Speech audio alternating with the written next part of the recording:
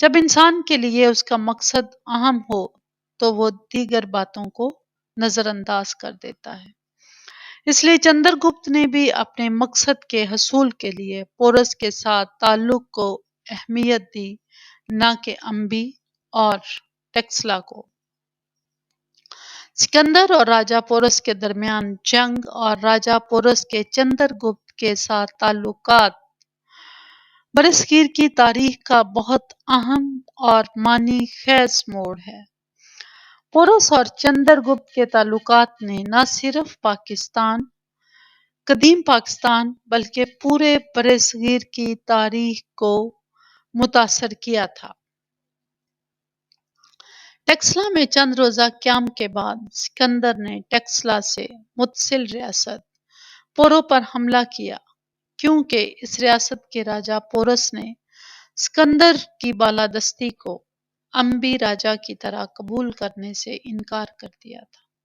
سکندر اور پورس کے درمیان دریائے جہلم کے میدان میں بڑی خون ریز جنگ جاری تھی۔ پورس شدید زخمی ہونے اور نقصان اٹھانے کے باوجود ہتھیار ڈالنے پر آمادہ نہیں تھا، اور سکندر اس کے ساتھ صلح کرنا چاہتا تھا۔ اس خون ریز جنگ میں ڈرامائی تبدیلی واقع ہوتی ہے۔ اس تبدیلی کی وجہ میروز نام کا شہزادہ تھا، جس کی پورس کے ساتھ گہری دوستی تھی، اور اسی دوستی نے جنگ کا پانسا پلٹنے میں اہم کردار ادا کیا تھا۔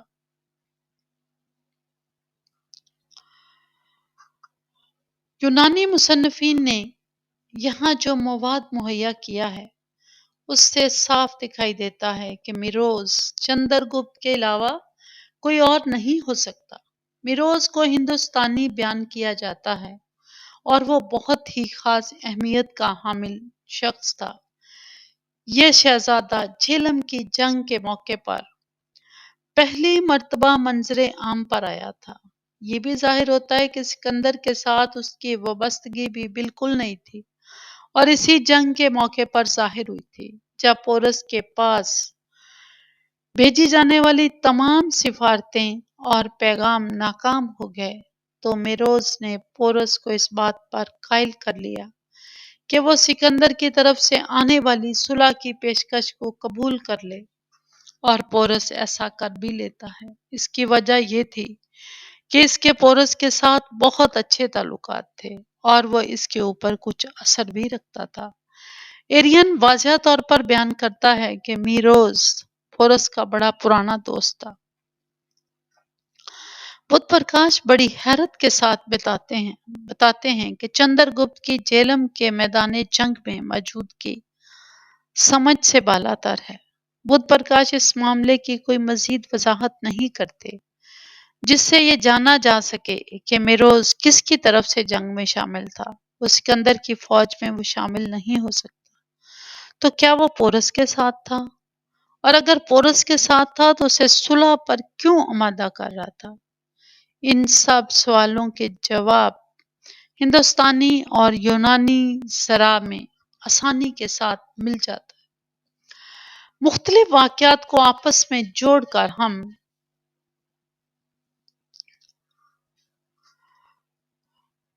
میروز اور پورس کے تعلق کو واضح کر سکتے ہیں۔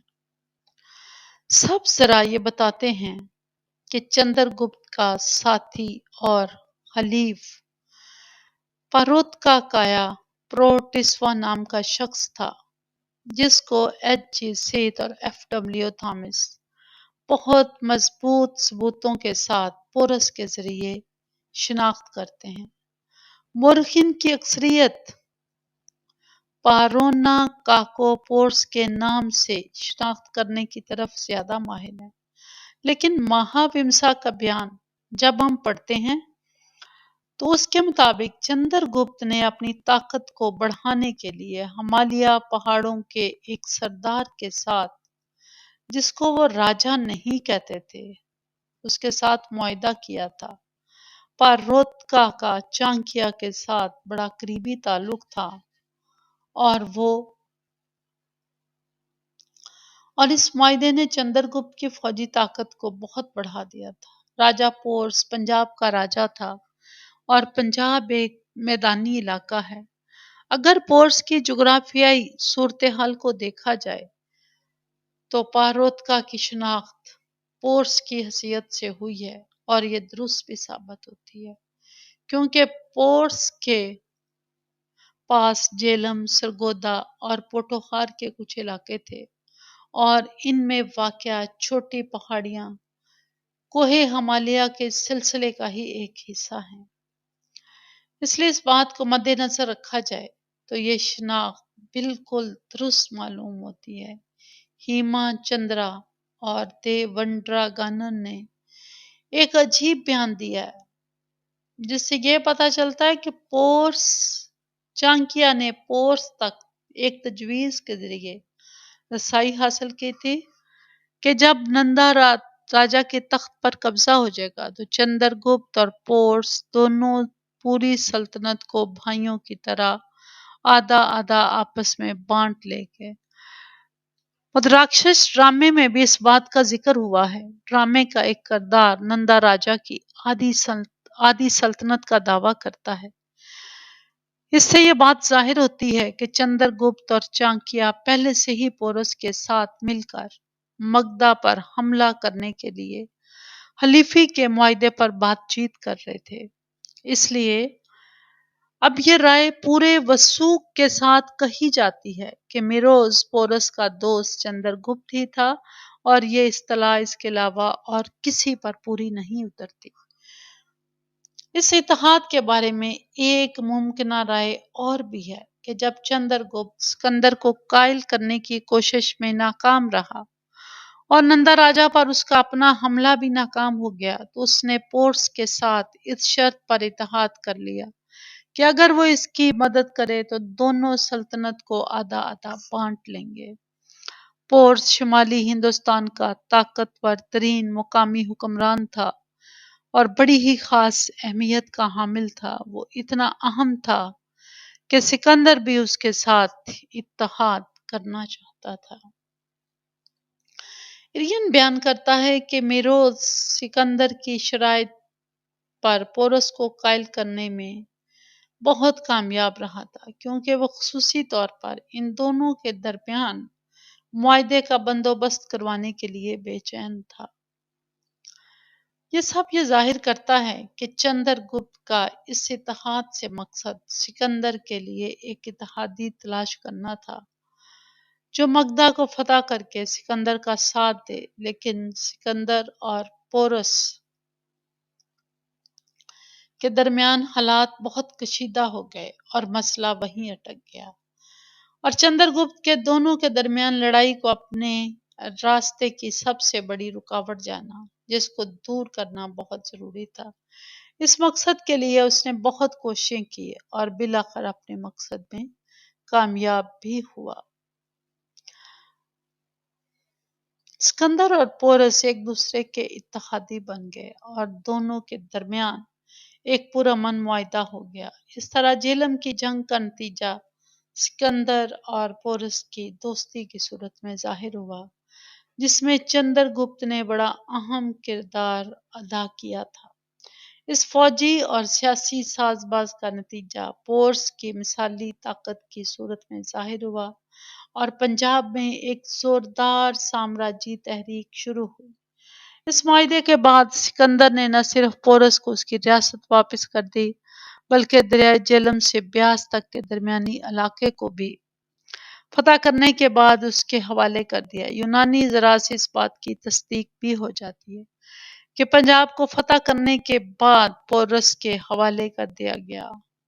پلوٹارک کے بیان کے مطابق سکندر نے پورس کو صرف اپنے لوگوں پر حکومت کرنے کی اجازت نہیں دی بلکہ ان لوگوں کے بھی حوالے کر دیا جنہیں اس نے فتح کیا تھا، اور اسے اس نے سٹریپ کا ٹائٹل بھی دیا۔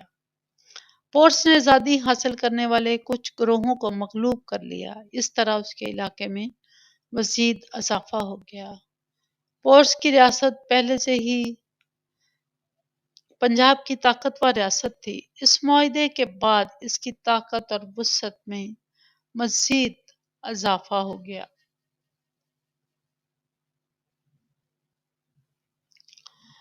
اور جب سکندر کی فوجیں رخصت ہو گئیں تو پورس شمال مغربی ہندوستان کا سب سے طاقتور ترین بادشاہ تھا۔ یہ بات بھی بڑی اہمیت کی حامل ہے کہ میکسیتھنس لکھتا ہے کہ چندر گپت موریان بادشاہ پورس سے زیادہ طاقتور تھا۔ میکسیتھنس کی بات زیادہ قابل اعتماد نہیں۔ وہ چندر گپت کے دربار میں سفیر تھا، اس لیے اس نے محض خوشامد اور بڑھاوے سے کام لیا ہے۔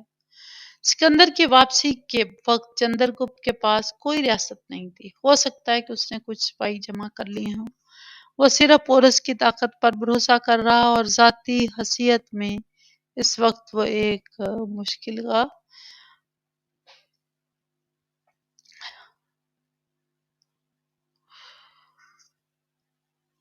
ہو سکتا ہے وہ اس نے کچھ سپاہی جمع وہ صرف پورس کی طاقت پر بھروسہ کر رہا تھا۔ ذاتی حیثیت میں اس وقت وہ محض ایک شہزادہ تھا جس کے پاس کوئی ریاست نہیں تھی، صرف ریاست حاصل کرنے کا حوصلہ اور تمنا تھی۔ مدراکشس ڈرامے کا ایک کردار کہتا ہے کہ پاروتاکا چندر گپت سے زیادہ طاقتور تھا۔ سکندر کی واپسی کے بعد کی صورتحال میں دو شخصیات شمال مغربی ہندوستان کے منظر پر نمایاں ہوتی ہیں، جو ایک دوسرے کی گہری دوست ہیں۔ یہ چندر گپت اور پورس ہیں۔ پورس پنجاب کا طاقتور ترین راجا ہے اور چندر گپت ایک طاقتور ترین بادشاہ بننا چاہتا ہے۔ ان دونوں کے علاوہ تیسری طاقت بھی شمال مغربی ہندوستان کے علاقوں میں موجود تھی اور یہ یونانی سٹریپ تھے جنہیں اسکندر نے اپنے جانے سے پہلے مقرر کیا تھا۔ ان یونانی سٹریپس کو ملک سے نکالنے اور ان کے خلاف لڑائیوں کی تفصیل سے پہلے پورس اور چندر گپت کے تعلق کو حتمی شکل دیتے ہیں۔ جب پورے ملک میں یونانیوں کے خلاف آزادی کی تحریک زوروں پر تھی، اسی دوران 317 کافمیم میں پورس کا خفیہ قتل ہو جاتا ہے۔ تھائیڈروس بتاتا ہے کہ یہ قتل یوڈیمس نے کیا تھا، لیکن مدراکشس ناٹک سے پتہ چلتا ہے کہ یہ قتل چندر گپت اور چانکیہ کی مرضی سے ہوا تھا۔ مثال کے طور پر مدراکشس میں لکھا ہے کہ چندر گپت اور چانکیہ نے ایک خطرناک بغاوت سے چھٹکارا پانے کے لیے اور اپنی طاقت کو استحکام دینے کے لیے پاروتاکا کو زہر دے دیا تھا۔ بدھ پرکاش مدراکشس کے بیان کے ساتھ متفق ہیں۔ وہ کہتے ہیں کہ جب نندا کی سلطنت چندر گپت کے قدموں میں آن گری، اب سوال اس کو معاہدہ کی روح سے جو پہلے طے ہو چکا تھا، پورس کے ساتھ سلطنت برابر تقسیم کرنا تھی۔ چانکیہ نے تقسیم کرنے کی بجائے پورس کو قتل کر دیا اور یہ قتل یوڈیمس کے ذریعے کروایا گیا۔ اب تمام معاملات چانکیہ کے منصوبوں کے مطابق ہونے لگے۔ اس سارے پس منظر کے ساتھ جوڑتے ہوئے وامسایا کاسترا کا بیان ہے کہ پاراتاکا کی موت نے چندر گپت کو اس قابل کر دیا کہ وہ پورس اور نندا کی سلطنت پر قبضہ کرے۔ اب وہ اکیلا ہی پنجاب کا حکمران تھا اور اس قابل تھا کہ نندا کے خلاف ایک بڑی سیاسی فوج یا ایک بڑی فوج کشی کرے۔ پورس کی وفات ہندوستان کے طاقتور ترین بادشاہ کے منظر سے غائب ہونے کا اشارہ تھا۔ منگول کے اس بیان سے یہ اندازہ ہوتا ہے کہ چندر گپت پورس کی موت یعنی 317 کافمیم میں بھی نندا راجا پر غالب نہیں آیا تھا۔ محققین کی اکثریت کی رائے ہے کہ اس سے پہلے اس نے یونانیوں کے خلاف بغاوت کی تھی اور پھر نندا کے خلاف۔ اس کے بعد کے واقعات کی تصدیق جسٹن کے بیان سے ہوتی ہے، خاص طور پر چندر گپت نے سکندر کی موت کے بعد یونانیوں کے خلاف جدوجہد کی تھی۔ جسٹن چندر گپت کی جدوجہد کو دو الگ عہدوں میں تقسیم کرتے ہیں، پہلا یونانیوں کے خلاف اور دوسرا تخت کے حصول کے لیے نندا راجا کے خلاف۔ گویا چندر گپت نے اپنے مقصد کی خاطر پورس کے ساتھ دوستی کی اور پھر یہ دوستی بھی ایک سازش کے نتیجے میں پورس کے قتل کے ساتھ ہی ختم ہو گئی۔